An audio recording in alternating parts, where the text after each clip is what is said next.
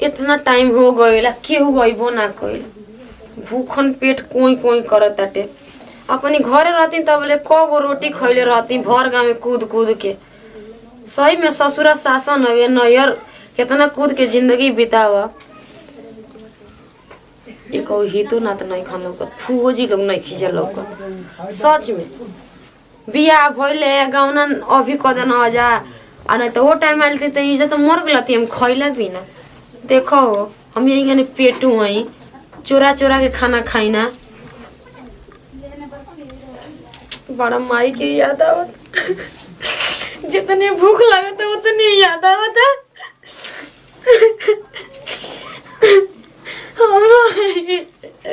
माई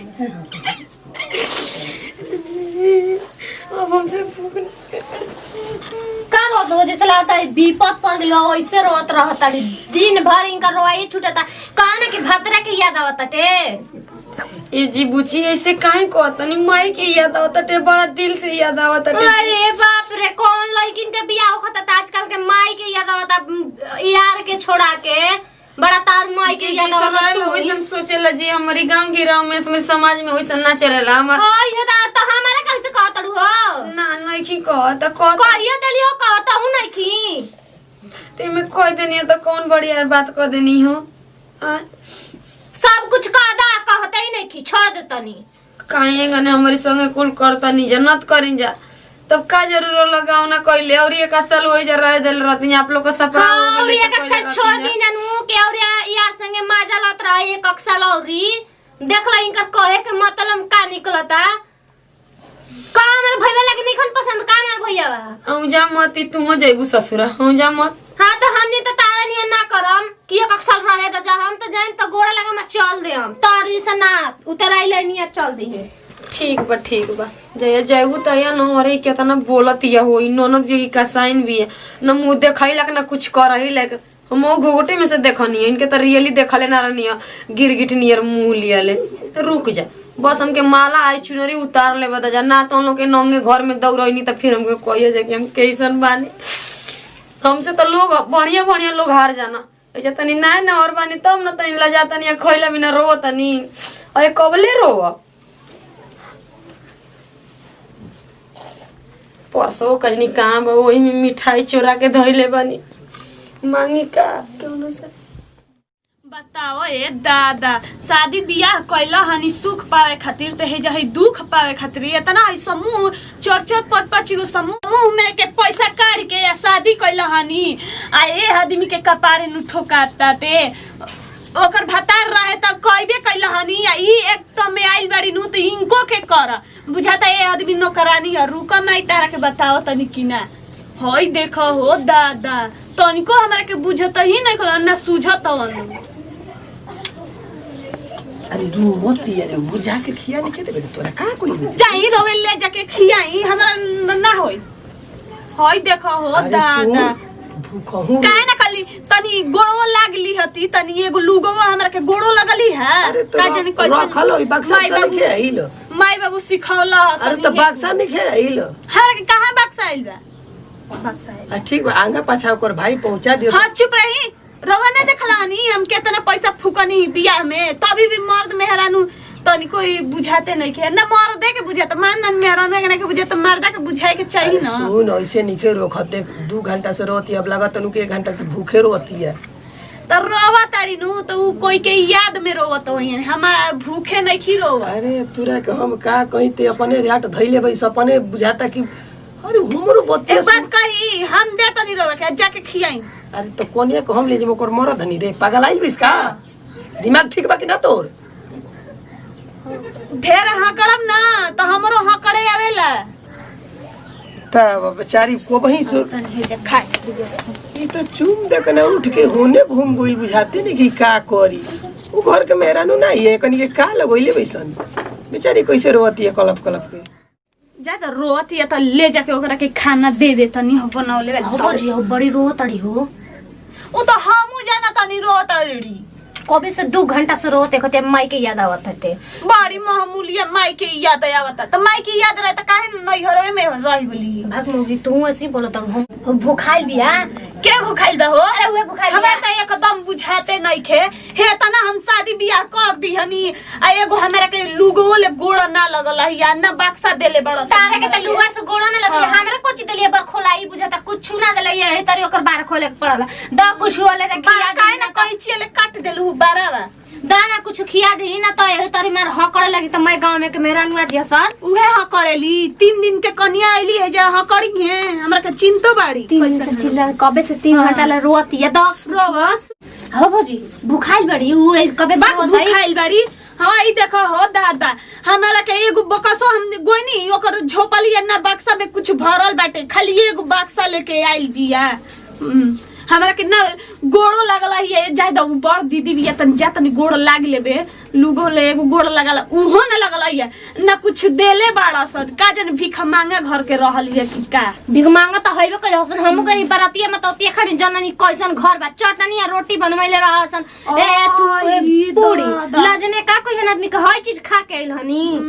तो भीख मांगा आवसन भीख मांग मांग तू आने जन बुझा मार तरतराई गरु जा देखे घरवा दुआरवा देखे लड़की पर देख के बिया कर त भोगा दा कुछ छुला जे खाए के झोपली रहले न त तनी झोपली ना झोपली देलवा से खाजा का सार उहो नहीं कसन त का हम गांव में जब जानते बड़ो कनी कुछ नहीं देता तब का एक खाजा बता सके नाम लेवत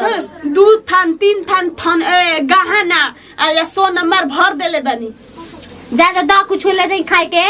का दी हो हम मन करता वही तरी ओकरा के जरले रहे दी ज्यादा दा रूका बनावले बनी उहे दे दे तनी काढ़ के लिया तनी सही के ओकरा घरे के खानदान में हमारा घर भैया और बियाह करे त ओकरे सन थोड़ी आ हमरा ला ले जा है धर ले जा हम न ले जा के दे ई त बतिया हम जानबे ना कनी के हाई स्कूल तू करबू ना त हम बढ़िया से जार जार के धइले रहती तू ना जान लोग कितना बढ़िया बनावे नी हमें हाय तो हम नानु जनी रुक देख के आवत तनी खो ओई त तोरा के जरले रोटी खियाइन जे बड़ी लेके आइल बारू थनगा हवा न का जानी के गने बेगवा दे देलियो से माई हमर कुछ खोई वाला नहीं के देले सही में अब भूखन लगा कि हम मर जाई परान छपटा जाई यही त कहत रहनी न माउथ नहीं सना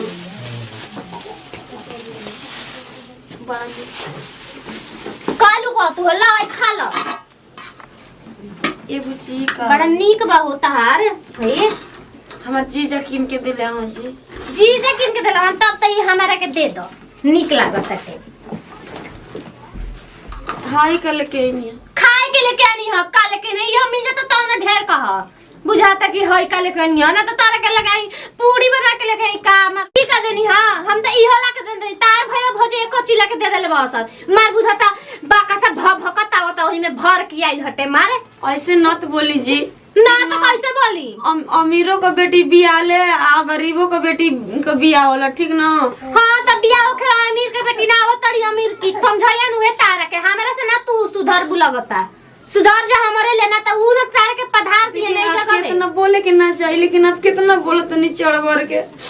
जब हमारी बाबूजी के उतना औकात ना रहला त कहां से दिया हम तो तारा के छोइयो देता पहले ही आप लोग के सोचे के चाहिए ना कि हां दान दहेज दिया तो बियाह करब नहीं तो हमनी के ना जननी हजा कि ओकरा के एगो ना झपोलिया ना एकदम जूड़ी यही तरी भिख मांगा दिए यही तरी तोहरा के भेज दी ओइ से नसीब में जरल रोटी देले बानी हम तू हनी साड़ी पहन के आ तारो ना लाज लागल यही तरी चलाइलु दा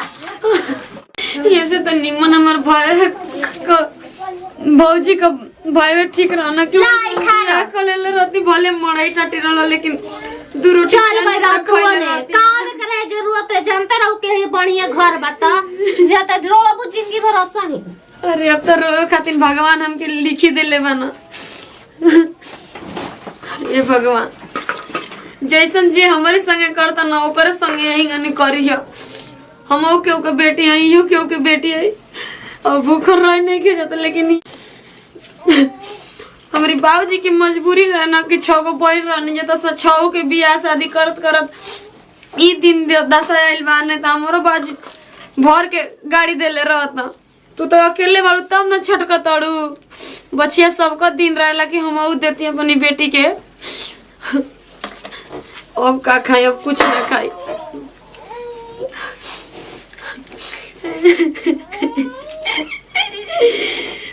बाबू बाबूजी हो बाबूजी ओ बाबूजी कैसा ना घरवा में के बियाला हो बाबूजी हमारी जन्म में माहुरावा का होवा तारू धक जबानवा खींच ले फट में जिदिया पहरिया जाए तू का जाई दे तू बड़ी लेके आई तू थका हवा ना दे ये दे तू मार रहे जब भगा का लोर गिरावा तड़ी का जने के करा याद में लोर गिरावा तारू ये दीदी मत हम कितना शासन दे जा हमारे बाबूजी के कुछ ऐसा मजबूरी रहला ना कि दान दहेज नहीं खाते कैसन मजबूरी रहे तनी हमनियो के जान जती बड़ी बाप मजबूरी रहे देखला हमरा तो बाबा देला ही न बाटे देखला मोर घर भरल बाटे ये दीदी इतना मत शासन दे हम चुप रह लगता कि अब मोले न बनता न जियले बनता लेकिन का करे यही से आरती हमार उठी हम केहू के अब बार कदम ना रखबे चौकट से कबो तो हम लोग कितनो शासन देला जा चाहे चलो लोटी दो जा चाहे हमके आग लगा दो जा पूरा देही में लेकिन हम कबो न जाइबे घर से न अपनी माई बाप के कभी कहब कितना शासन देना जा। नमस्कार प्रणाम, मैं प्रतिमा सिंह और देखने जाए सर भौजाई के ना सतावे के चाहिए गरीब घर के अपना अमीर के घरे आ जातड़ी तो। नमस्कार प्रणाम भैया, हम सोनम सिंह। नमस्कार प्रणाम, हम खुशी गोड़ छुके गोड़ लागतनी आई पारिवारिक वीडियो रहल ठीक ना। दहेज के कारण इतना शासन मत दें जा ठीक ना। आ देखी जाई गोतनी रहनी है लेकिन तबो नहीं यहाँ के समझ में आइला कि हाँ गोतनी का दर्द बुझे। आ वीडियो अच्छा लगी तो दिल से लाइक करो जा, शेयर करो जा, सब्सक्राइब करो जा और कमेंट में जरूर बताइए कि वीडियो कैसा लागल।